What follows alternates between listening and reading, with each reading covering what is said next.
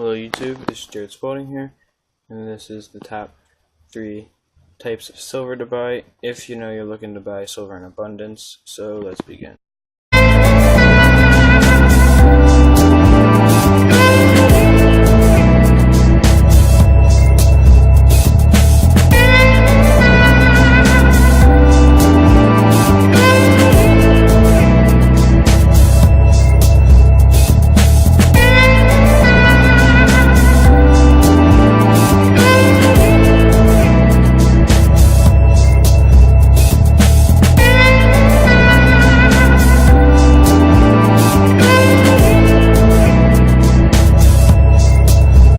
Alright, so number 3 on the list is jewelry, or to be more specific, silver jewelry.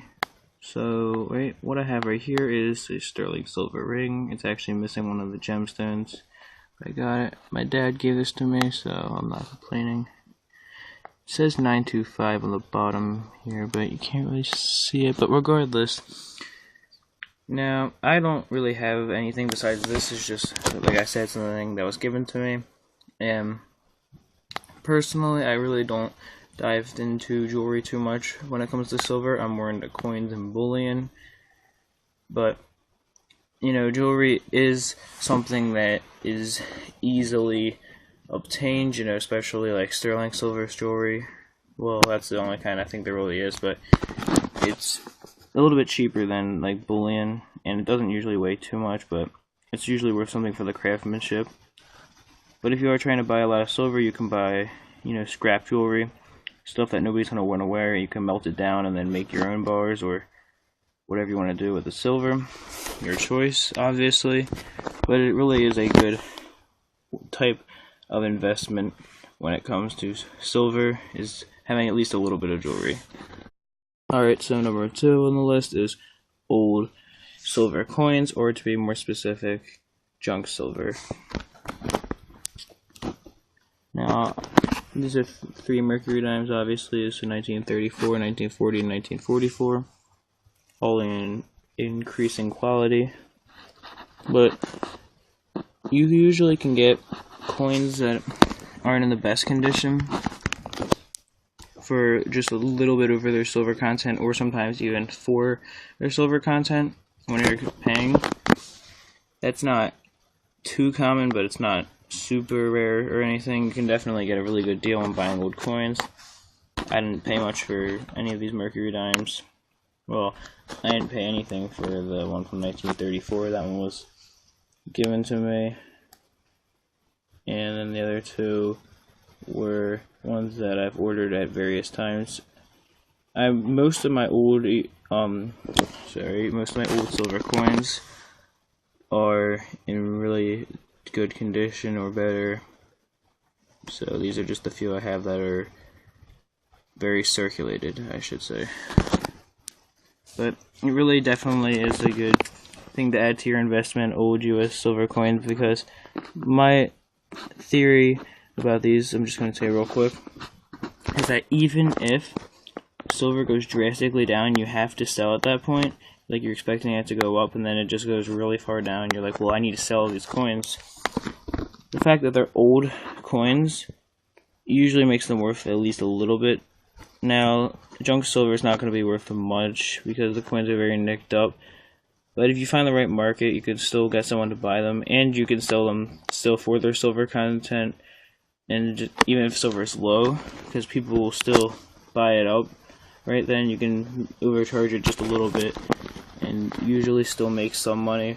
But really, these coins aren't only worth their silver content and their age.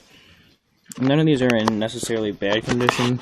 The one from 1934 could use a good cleaning, although you're not really supposed to clean your coins, as that can take away their value. This one was actually found metal detecting though, so I really don't think it would matter too much if I cleaned it. But I'm going to look into that a little bit more. If you have any insights on that, you can tell me. But now let me go to number 1. So this is what I place as number 1 on the top 3 silvers to buy if you're looking to buy in abundance. And when I'm talking about silver bullion, I'm mainly talking about more generic bars, such as the one that I have here. Now, you're not going to still have to pay a little bit over spot because they're in like really good condition. You can actually buy bars that are dented and stuff, and they'll only be worth face value. I personally like buying the ones that are a little bit above face value because I feel as silver goes up, it's going to become more and more over spot. So you're going to get your money's worth out of it. I feel there's a similar thing with high relief coins, but they're harder to buy in abundance because they're more expensive. Like a 1 ounce high relief coin will be a lot more expensive than a 1 ounce regular silver generic round or bar. So that's why I personally believe that the generic bars are better for buying in abundance. And also I feel you might hold more of an emotional attachment to something that's really rare, such as a high relief coin, due to the fact that more money went into it and not that many people can ever have it as one of these bars. Anyone who really wants one can have it. So that's another part of it.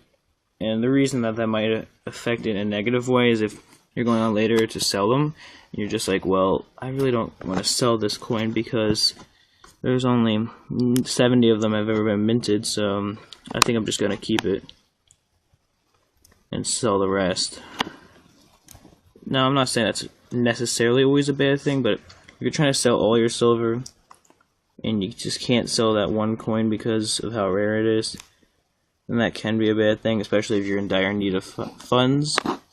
And if you're forced to sell it because of money problems, then you might feel more upset than selling regular silver.